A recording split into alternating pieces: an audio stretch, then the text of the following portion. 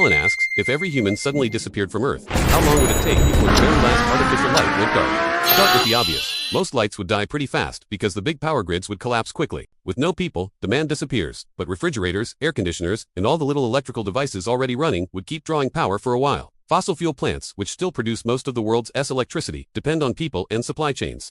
As coal and oil stations begin to fail within hours, the sudden extra load wrecks balance across the system. Without human operators to stabilize things, failures cascade and major grids black out. What about nuclear reactors? They don't need a constant stream of fuel the way a coal plant does. A reactor core that drops into a low power mode could, in principle, sit there for a very long time. A cube of uranium contains an enormous amount of stored energy compared to a cube of coal, but in practice, most reactors are designed to shut themselves down automatically the moment something goes wrong. Fail-safe systems are engineered so that errors cause rapid shutdowns, and one of the most likely triggers would be a loss of grid stability. So most reactors would stop sooner than you might expect. Yet a lot of lights don't rely on the big grids at all. Let's look at those, and when each kind might finally go dark. Remote communities, think tiny islands or outposts, often run on diesel generators. Those can keep humming until their tanks run dry, which might mean days to months of light depending on how much fuel is stored. Some off-grid plants don't rely on a steady fuel chain. Geothermal stations, for instance, can keep producing without immediate human refueling, but they still need maintenance. At the Svartsengi geothermal plant in Iceland, scheduled maintenance includes gearbox oil changes and regreasing motors every 6 months. Without that upkeep, corrosion and mechanical wear will eventually take them down, maybe after a few years. Wind turbines are designed to be low maintenance because climbing them is a pain. There are documented cases of turbines running for a decade or more without service. Many modern turbines are rated to operate for a few years unattended, and some could run for decades. Still, they too will seize up when gearboxes corrode or bearings fail. Hydroelectric stations like Hoover Dam could run on autopilot for years if every person walked away.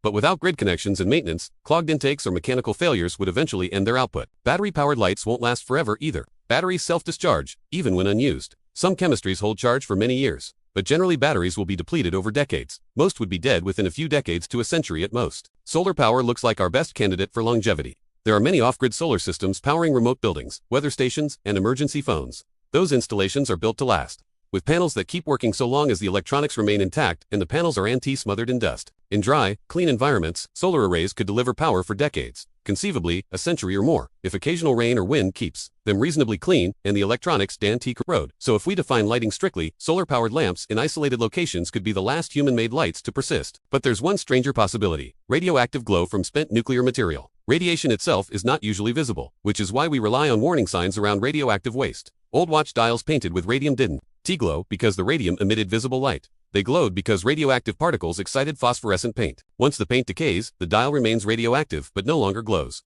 There is, however, a real, visible light associated with radioactive materials in certain conditions. Cherenkov, radiation, when energetic particles travel through a medium like water or glass, faster than light moves in that medium. They produce a faint blue glow, the familiar blue seen inside an operating reactor core. Some radioactive wastes, like cesium-137, are vitrified, melted into glass and sealed for storage. Those glass blocks can emit a blue luminescence in the dark because of particle interactions inside the material. Cesium-137 has a half-life of about 30 years. That means centuries from now, those vitrified blocks, tucked away deep in concrete vaults, would still glow dimmer, yes, but still emitting that distinctive blue light. The glow fades as radioactivity drops, but its color stays the same because color is set by decay energy, not quantity. So, putting the pieces together, major grids would go dark within hours to days. Diesel generators and localized fossil systems might limp on for days to months.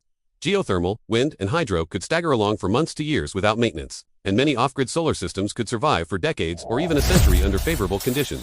Batteries die over decades, and in the very long view, centuries hence, the last surviving human-made light could be the faint, eerie blue of vitrified radioactive waste quietly glowing inside remote storage vaults. Centuries from now, deep in concrete and glass, the last artificial light we ever made may still be there, flickering blue long after every human voice has gone silent.